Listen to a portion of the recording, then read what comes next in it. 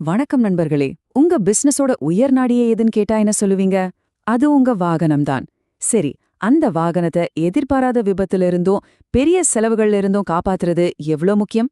இன்னைக்கு நாம commercial vehicle insurance பத்தி முதல் வரை எல்லாத்தையும் ரொம்ப சிம்பிளா தெளிவா தெரிஞ்சுக்க போறோம். ஒரு நிமிஷம் யோசிச்சு பாருங்களேன். உங்க பிசினஸ்ல உங்க தினசரி வருமானத்துக்கு எது முக்கியமான சொத்து? எது இல்லைனா உங்க தொழிலும் இல்ல, வருமானமும் இல்ல. ஆமாங்க, வேறென்ன, உங்க வண்டிதான். அது வெறும் ஒரு மிஷின் கிடையாது. உங்க உழைப்பு, உங்க குடும்பத்தோட எதிர்காலம் எல்லாமே அதுல தான் ஓடிட்டு இருக்கு. அப்போ அந்த முக்கியமான விஷயத்துக்கு ஒரு பாதுகாப்பு கவசம் கண்டிப்பா தேவையில்லையா? அந்த கவசம் தான் இன்சூரன்ஸ். சரி, அந்த பாதுகாப்பு தான் கமர்ஷியல் வெஹிக்கிள் இன்சூரன்ஸ். அப்போ அதுனா என்ன? வாங்க முதல்ல இருந்து ஆரம்பிக்கலாம். ரொம்ப சிம்பிளா சொல்லணும்னா, நீங்க உங்க வண்டிய வச்ச தொழில் பண்றீங்க. அதாவது சரக்கு ஏத்திட்டு போறீங்க, இல்ல ஆளுங்களை ஏத்திட்டு போறீங்கன்னா உங்க வண்டிக்கு ஒரு இன்சூரன்ஸ் எடுக்கணும். இது சட்டப்படி கட்டாயம். அதை விட முக்கியமா, திடீர்னு ஒரு ஆக்சிடென்ட் இல்ல வண்டி திருடு போச்சுன்னா நம்ம கையில இருந்து லட்சக்கணக்கில் பணம் செலவாகும் இல்லையா?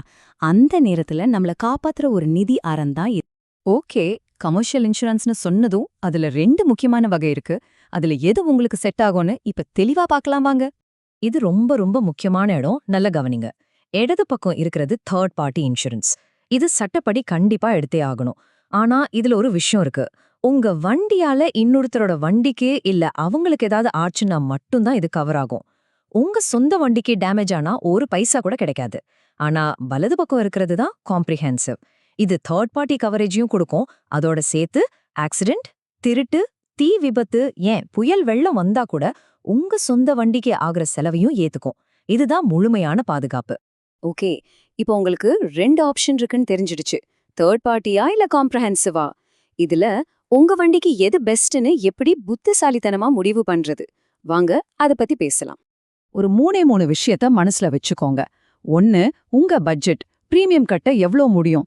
2வது, உங்க வண்டியோட வயசு. ஒரு 10, 15 வருஷம் பழைய வண்டிக்கு காம்ப்ரிஹென்சிவ் பாலிசி போட்டு அதிக பிரீமியம் கட்டுறது அவசியமான யோசிக்கணும். 3வது, உங்க தொழில், அபாயங்கள். நீங்க உள்ளூர்ல ஓட்டுறதுக்கும் நாள் கணக்கா வெளியூர் ஓட்டுறதுக்கும் வித்தியாசம் இருக்கு இல்லையா? இந்த 3யும் வச்சுதான் நீங்க சரியான முடிவை எடுக்க முடியும். உங்க பாலிசி ஒரு பேசிக் கவசம் மாதிரி. ஆனா இன்னும் எக்ஸ்ட்ரா பாதுகாப்பு வேணும்னா அதுக்கு தான் இந்த ஆட் ஆன்கள் இருக்கு. இத சேர்த்துக்கிட்டா உங்க பாதுகாப்பு இன்னும் பல மடங்கு அதிகமாகும்.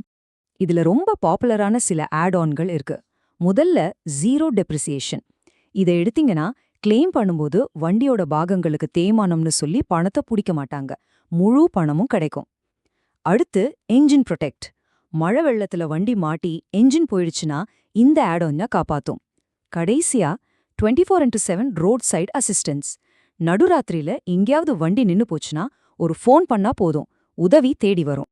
இப்போ ஒரு சூப்பரான விஷயம் சொல்றேன். அதுதான் என்சிபி, அதாவது நோ கிளைம் போனஸ். இது என்னன்னா, நீங்க ஒரு வருஷம் முழுக்க எந்த ஆக்சிடென்ட்டும் பண்ணாம ஒரு கிளைம் கூட பண்ணாம இருந்தீங்கன்னா இன்சூரன்ஸ் கம்பெனி உங்களுக்கு ஒரு டிஸ்கவுண்ட் கொடுக்கும். அதாவது நல்ல வண்டி ஓட்டுறதுக்கு ஒரு ரிவார்ட் மாதிரி. இந்த ரிவார்ட எவ்வளவு பெருசுன்னு தெரியுமா? தொடர்ந்து 5 வருஷம் நீங்க கிளைம் பண்ணலனா அடுத்த வருஷம் பிரீமியம் கட்டும்போது உங்களுக்கு 50% வரைக்கும் டிஸ்கவுண்ட் கிடைக்கும். அதாவது 10,000 ரூபாய் பிரீமியம்னா நீங்க 5,000 ரூபாய் கட்டினா போதும், பாதிக்கு பாதி மிச்சம். சரி, எல்லாம் நல்லபடியா இருக்கணும் தான் நினைப்போம். ஆனா எதிர்பாராம ஏதாவது நடந்துருச்சு, ஒரு விபத்து ஆயிடுச்சுன்னா கிளைம் பண்றது எப்படின்னு தெரிஞ்சு வச்சுக்கணும் இல்லையா? நிறைய பேர் இதுதான் பயப்படுவாங்க. ஆனா ஸ்டெப் பை ஸ்டெப்பா ஃபாலோ பண்ணா இது ரொம்ப ஈஸி. வாங்க அது எப்படின்னு பார்க்கலாம். முதல்ல பதட்டப்படாதீங்க. ஆக்சிடென்ட் ஆன உடனே உங்க இன்சூரன்ஸ் கம்பெனிக்கு ஃபோன் பண்ணி சொல்லுங்க. 2வது, பெரிய விபத்தா இருந்தா போலீஸ் கிட்ட சொல்லி எஃப்ஐஆர் காப்பி வாங்குங்க. 3வது, அவங்க கேக்குற டாக்குமெண்ட்ஸ், அதாவது கிளைம் ஃபார்ம், வண்டியோட ஆர்சி புக், உங்க லைசன்ஸ் எல்லாத்தையும் கொடுங்க. 4வது, கம்பெனில இருந்து வண்டிய பார்க்க ஒருத்தர் வருவாரு, அவருக்கு ஒத்துழைப்பு கொடுங்க.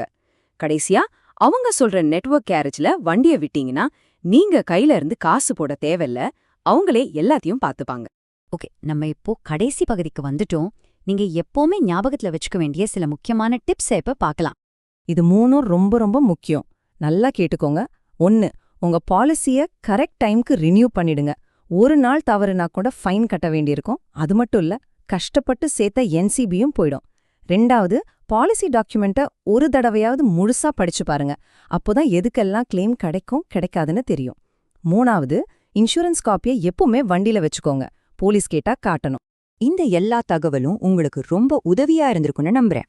இப்போ ஒரே ஒரு கேள்விதான். உங்க பிசினஸோட அஸ்திவாரமா இருக்கிற உங்க வாகனம் இன்னைக்கு பாதுகாப்பா இருக்கா? உங்க தொழில் பாதுகாக்கப்பட்டிருக்கா? யோசிங்க. யோசிக்க மட்டும் செய்யாதீங்க. உடனே செயல்படுங்க. நன்றி.